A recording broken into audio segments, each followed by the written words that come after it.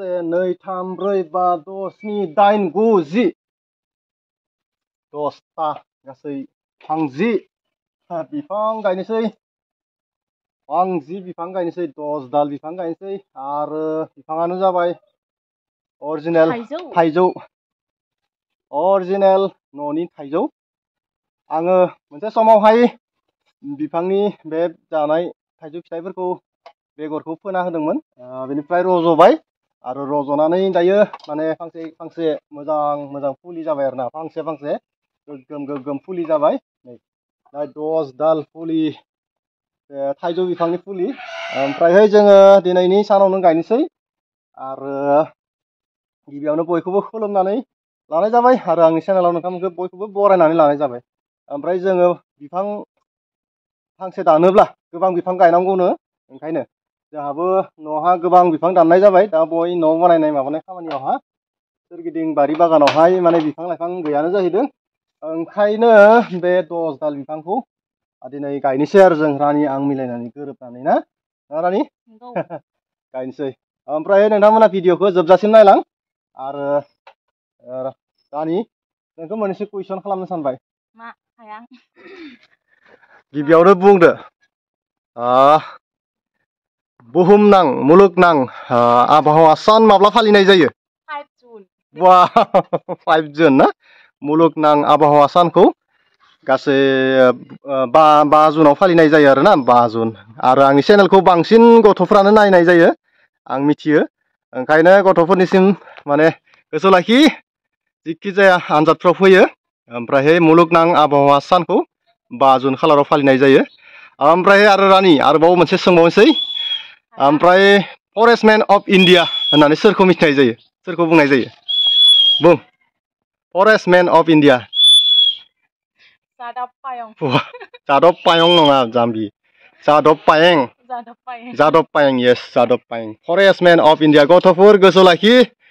forest man of India होनना बुङोबा जादब पायें बिथाङा गासै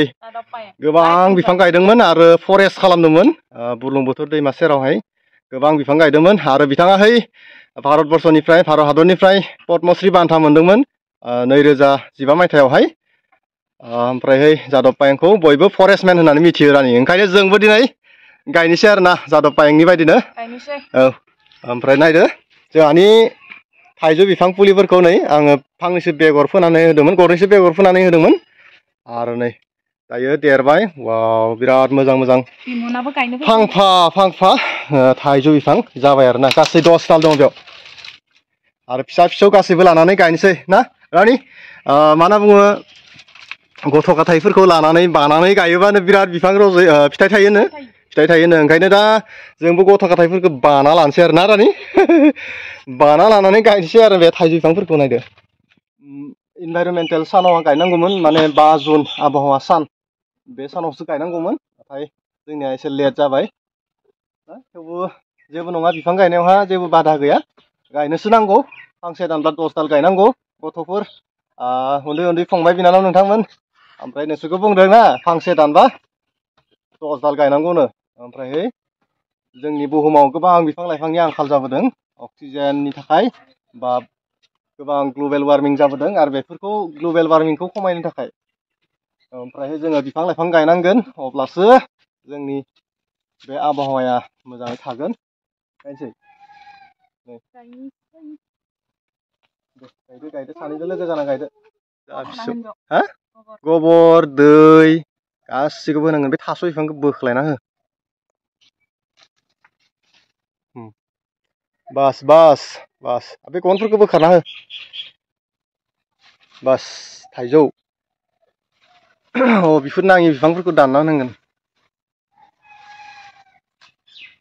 जाबाय औ बान्था मोननोबो हागौ दे नों बिफां गायनायनि थाखाय भारत सरकारा जुदि बान्था होयोबा ना लागोन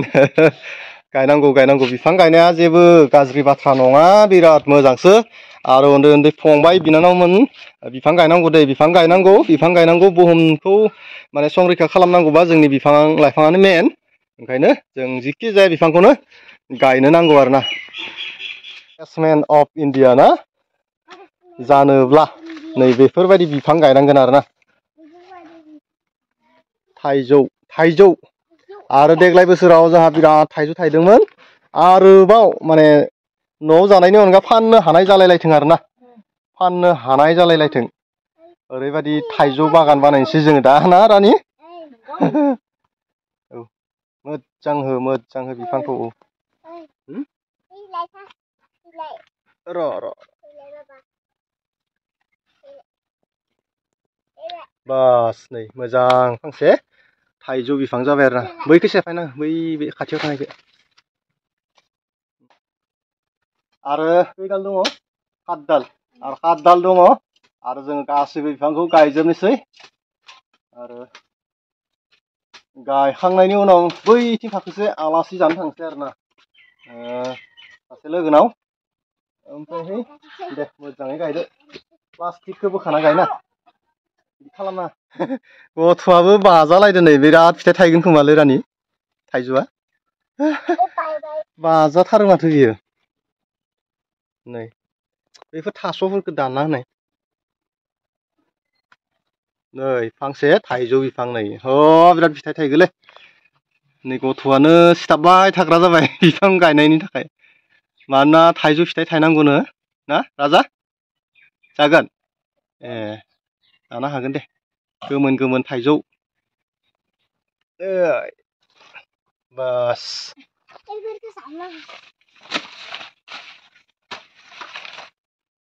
दा जोङो गासैबो बिफांफोरखौ गायजोब्बाय गासै 10 दाल थाइजौ बिफां आरो न'निनोमोन आरो बिराद मोजां मोनसे जोलै आरो गिदिर फिथाइ थायो बेनिनो जोलै आरो बेफोरखौ जोङो फांफा गायबायानो दा बाखि थानायखिनिखौ जों गायलांसै ओमफ्राय भिडिअखौ एसेयावनो फोजोबनाय जाबाय बयबो बिफां गाय आरो बुहुमखौ रैखा खालाम बाय बाय